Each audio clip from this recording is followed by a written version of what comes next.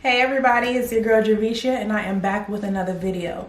Now as you guys can see, I am relaxed, okay? We have a lot to talk about. I want to tell you guys about my hair care journey, where I was, where I am, where I'm headed.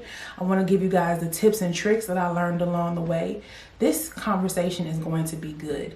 So I want you to pause the video, go get you a snack or a drink because it might be a little, it might be a little while. This conversation might be a little long-winded, but I promise you guys, it's going to be packed with good information. So if you are interested in seeing how I got my hair to look like this,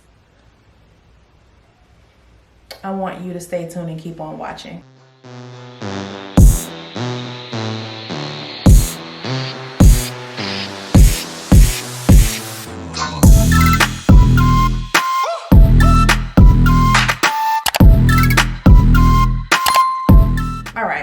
So before we get into the tips and tricks, let's talk about my hair. It has been an interesting journey. Growing up, I started out without a relaxer. My hair was thick, it was long, it was beautiful. If I had to pick one thing that I wish I could change about my childhood, I wish they would have said no to me getting a relaxer. I'll insert pictures here so that you can see what my hair used to look like. Elementary, middle school, the beginning of middle school, my hair remained natural. My grandmother took time every week and she would grease my scalp, put the little braids in it with the little bobos for school. And that would be, my regimen every week. And because of that, my hair would grow. But it wasn't until towards the end of middle school when I noticed that all the little girls were getting the relaxers and they had the bone straight ponytails, and I wanted to be just like the other girls that I saw, and I begged and I pleaded for a relaxer, okay? And finally my family gave in. It was like almost immediate. As soon as that creamy crack as we like to call it, as soon as that relaxer was put in my hair started to break off. All that length, that thickness I used to have, gone, okay? It was gone. My hair texture completely changed. It was very brittle, but it still grew fast. So it would grow fast and break off, grow fast and break off. But because of the speed in which it grew, I was having to get relaxers every 2 to 3 weeks. It was ridiculous. Those little struggle ponytails, those little pictures of the barely there ponytails? I'll insert a picture here somewhere, but my hair definitely looked like that. I'm not gonna lie to you guys. My hair was rough at the end of middle school. Fast forward to high school, I decided that I was going to go to the hair salon that all the cool kids were going to. It was owned by a Caribbean woman, and she did what she could do with what I had. Let me just leave it like that. It still wasn't thick. It still wasn't as healthy as it is now, but it was a lot better than it was in middle school. I would go to her every 4 to 6 weeks and she would either give me a touch-up or a full relaxer. But on this particular occasion, she had a friend that came into the salon and they got to talking, and that conversation was good apparently. So every time I would try to stop her and say, "Ma'am, my scalp is burning. I think it's time to come out," she would tell me, "Ooh, no, just wait it out. Hit it with the fan," even though this fan never worked. Hit it with the fan and you'll be able to, let it sit for a little bit longer. A little bit longer passed. It came and passed. And still, she did not take out the relaxer. I started crying, y'all. Crying because it was burning so badly. I don't think I've ever experienced that type of burning sensation in my life. And finally, I guess it triggered that's when she realized, okay, something's wrong. As soon as that water touched my scalp, I started screaming in that salon. It was so bad. People were coming up to me looking at my scalp, and as I'm sitting there screaming and crying, all I see is, ooh. And immediately I knew something was up. Y'all, I had 2nd-degree burns across my forehead. She ended up having to use some ointment on my scalp which didn't help. It didn't do anything. My hair ended up matted to the front of my head. To this day, I still have issues with this area of my forehead. I get dry spots. I have seborrheic dermatitis, which is a video in itself, and maybe I'll share my story with you guys in another video. But I have still to this day, I have problems with that side, with this portion of my hair. For 4 to 6 weeks, I wore a bandana until the scalp healed and I could like scrape off my hair from my scalp. And y'all know, high school is some people's best years, and I spent a good chunk of change hiding under a bandana, which was crazy in itself. For those of you who are watching this video from high school, do y'all remember that? Like, that was a depressing moment in my life. But what I thought about was, if that creamy crack could do that to my scalp, why was I using it? Like, why was I willingly putting that on my head? I vowed to never do that again, and I have never put relaxer in my hair since then.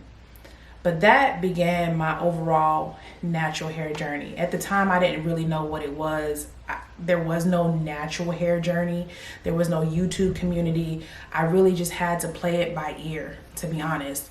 Fast forward to college, I became the queen of half wigs. I knew how to whip those things like nobody's business. But that's what really got me throughout college. I played around with different things. I tried different things, but really it wasn't until I got out of college and really started paying attention to the effects of different things that I did that really solidified the tips that I'm about to share with you guys now. I will say within the last, I want to say year or so, I really feel like I have it down pat. I feel like I have been able to figure out by trial and error what works for my hair. Now, I'm going to share these tips with you guys. It might not work for you, but I think that everybody who is on a natural hair journey can find something within what I'm about to tell you guys that will work in their favor. So I have 5 tips. Okay.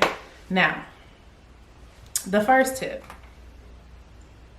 hair vitamins. Okay. So I take a women's multivitamin and hair, skin, and nails vitamin combined, and it is a in gummy bear form. Y'all, I am childish. I love gummy bears. If I can find my vitamins in gummy bear form, I am going to use the gummy bears. I used to use 2 separate vitamins, my women's vitamin and a hair, skin, and nails vitamin. But then I saw this on the shelf. I compared the 2 versus this and realized this is the same thing, just combined into one. And so I take these faithfully. Now, it is the Centrum Multi-Beauty Multi-Gummy Bears. It supports a healthy and beauty body, hair, skin, and nails. Let me say something about this, y'all. It's really gonna grow your hair, okay? All of your hair. So legs, arms, it's gonna grow your nails, your toenails. I have extremely long sideburns, grows those out too. And if you guys have a mustache or a few hairs under your chin, sis, you're gonna feel a little mannish. But for me, I will say I would rather have the long hair and have to shave than not have the hair. So I'm okay with the side effects. But I just wanted to make sure to share that with y'all. Your hair and nails are going to grow, and your hair is going to grow everywhere. Hair growth oil. So this is the hairgrownfast.com wild growth hair oil. There is a white bottle and a yellow bottle. Now, it stank, okay? It smells. I'm not gonna lie to you. To me, I do not like the smell of this. However, what I do is when I get my hair braided back, I use the oil in between the braids, and then I take a shower. The steam from the shower makes the oil absorb into my scalp faster. And by the time I get out of the shower, the smell isn't as potent. So I use this oil, I wanna say 2 to 3 times a week. And I have definitely seen growth with this oil. Now, this oil is not something cheap. It is not that $1.99 oil that you see in the beauty supply store. This definitely has a little price to it, but it works for me, so I'm willing, you know, to pay for it. But definitely try this oil out. Next, sounds super simple. However, I need y'all to leave your hair alone, okay? Stop doing stuff to it. Stop manipulating it. I do not touch my hair except once a month. It sounds crazy, right? What I do is I deep condition my hair, I blow it out, and then I have found a hairstylist who comes to my house and braids my hair down every month like clockwork. She braids my hair back so that I can put wigs on my hair. That's why I have this hair in. I wanted to show you guys my protective style. I do protective styles non-stop, and I definitely see improvement in how quickly my hair grows and how I'm able to maintain length. Okay, y'all. So I really don't want y'all thinking I'm walking around here with a dirty scalp for a month. That's a no. So what I do is once I get my hair braided down at the beginning of the month, every week I wash my hair while it's in the braids. When I say no manipulation, I mean no combing or putting heat to my hair. So weekly I wash my hair with shampoo and conditioner, and I let the braids air dry. I don't want my hair to be super dirty, but I also don't want to manipulate my hair as well.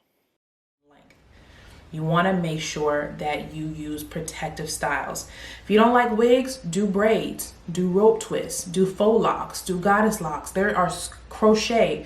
There are so many different types of protective styles that you can do so that you're not having to manipulate your hair consistently. That brushing, that combing, that heat, that causes damage to your hair. So the best thing for you to do is find protective styles that work. Braids and rope twists do not work for me because my hair ends up curling out of the style, and then it starts rubbing on my shirt and on my pillows and stuff, and I end up getting split ends. But faux locks, goddess locks, wigs, those are my go-to, and they work. Next thing that I do is I have a hairstylist that trims my ends, okay? I know it sounds counterproductive, but you need to have trims. Now, some people say every 6 weeks, every 8 weeks. My stylist and I have come to an agreement because I don't like to cut my hair too often. We do it once a quarter. Every quarter, when it looks like my ends need some loving, she will trim it. We have gotten so consistent that now she doesn't have to do major trims and chops. She ends up just dusting my ends. This last time around, I want to say I got my last trim 3 or 4 weeks ago. And when I looked at the ground, I was like, where's the hair, sis? Where's the hair? Because it was barely anything that needed to be trimmed. So it's definitely, this regimen that I've been on for the past year or so has definitely been working in my favor.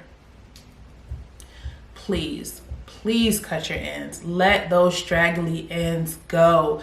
I see so many people, oh, look at how long my hair is, but I can see through the hair. It's thin. It's looking sickly, sis. Let it go. Just cut it. Let it go. Let it go. I'm joking, but I'm serious. Cut the ends. Because there's no point in having length if it is brittle and short. There's no point in having long hair if it's brittle and see-through. Your hair is just going to get worse as the split ends go up to the top of your head, period. So get a trim schedule and stick to it. Last but not least, I will say make sure to cover your hair. Now, depending on the wig, I don't have to worry so much about this. So this particular wig I can take off and put on every day, right?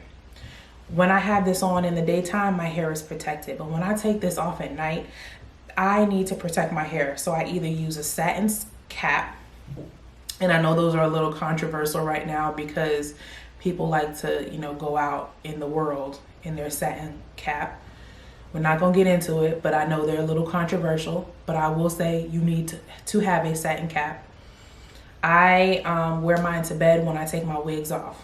Now, I have a tendency to sleep hard and wild in my sleep. I wake up and the satin cap is on the other side of the room and I don't know what happened. So what I have invested in is a satin pillowcase.